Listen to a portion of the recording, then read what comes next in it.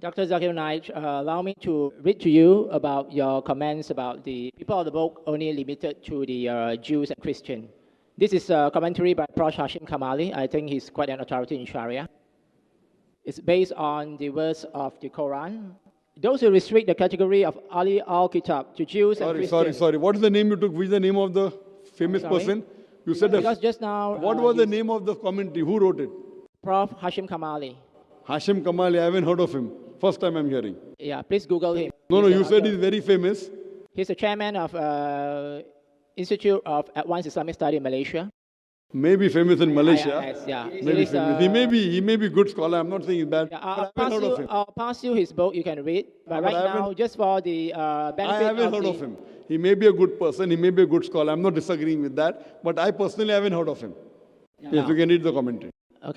Okay, this is based on the Quran. He says that those who restrict the category of Ahl AL Kitaab to the Jews and Christians quote in authority the Quran, chapter 6, verse 156, which declares that books were revealed to two groups before, but the context where this phrase occurs actually questions rather than endorses the spirit of such limitation. Let us briefly examine the context.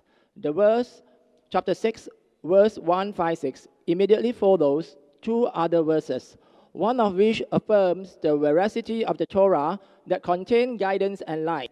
The succeeding verse refers to the Quran itself as the blessed book, Kitabun Mubarakun, and an authoritative source. And then comes the verse 156. Lest you should say, bracket, think, that books were sent down to two, bracket, groups of people, bracket, only before us, and for our part we remain unacquainted with a revealed book. The tone of the discourse here is expressive. Brother, all this doesn't make a difference. I'll give the reply again to you. All this doesn't make a difference to me. Even I'm a student of the Quran. Let me tell you one thing. I want to repeat the answer which you have not heard correctly. I told you by meaning Ahl Kitaab means people of the book. It can also mean people of the revelation. In that context, even Muslims are Ahl Kitaab. Allah has sent many books. Quran says in Surah Ra'd, chapter 13, verse number 38, لِكُلِّ أَجْلٍ kitab. In every age we have sent a book. That's the definition. But when Quran uses an idiom, Ahl Kitab, it only refers to Jews and Christians, no one else. If I agree with that person, I don't know what context he's talking about, then there will be big chaos.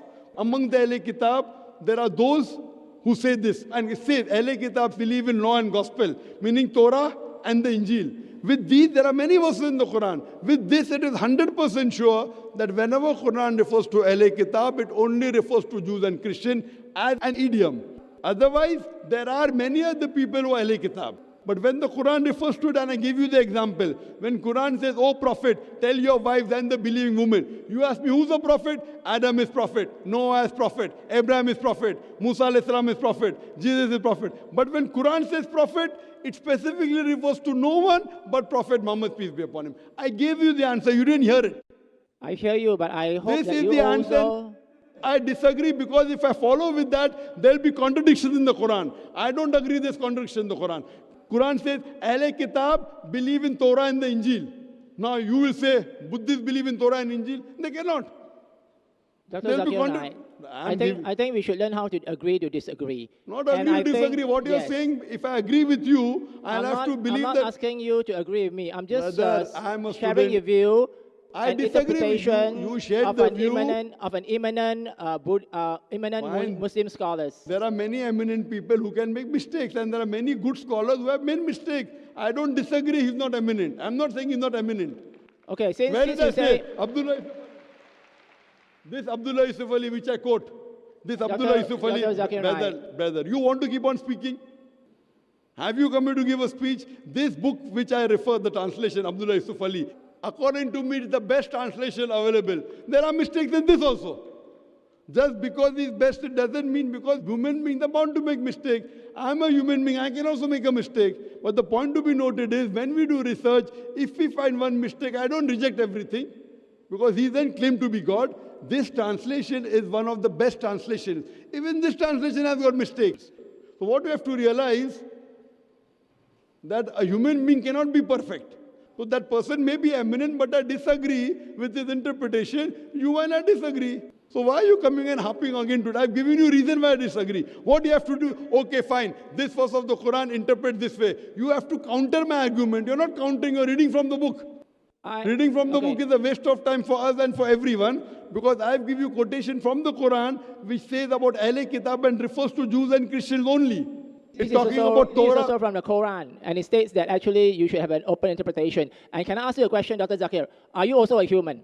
Of course I'm a human. So are you also bound to make mistakes? I can make, but to prove I made a mistake, you have to prove where my mistake is. That is why I state to you from a commentary from an eminent Muslim scholar, not from my own interpretation. But that eminent is not matching with the Quran. My interpretation, what I'm talking, is based on the Quran. And majority of the scholars, Jumhur scholars of Islam believe Ahl Kitaab means only Jews and Christians. There are so many Ibn Taymiyyah. I can name 20, you're quoting one, which I have never heard of. Ibn Taymiyyah, you read Ibn Qasir, you read Tabari, all of them say Ahl Kitaab. What you have to realize, I'm quoting Tabari, I'm quoting Ibn Qasir. All these top commentaries, all of them say that even Abdullah Yusuf Ali, even Abdul Majid Daryabadi, all of them say Ahl Kitaab means Jews and Christians. Now you get one Malaysian, fine, you may respect him, I've got no objection to that. Therefore, when you see, you have to give evidence. That evidence doesn't hold good for me. That's the reason I say that I believe with the commentary given by eminent, not 100 scholars, 100. So when one is against 100, if it has proof, if it's worth considering, I consider. If it's not worth considering, I don't consider. If you want to believe in it, you have full right. No one can force you. Hope that answers the question. Wa akhir da'wana alhamdulillahi rabbil alamin.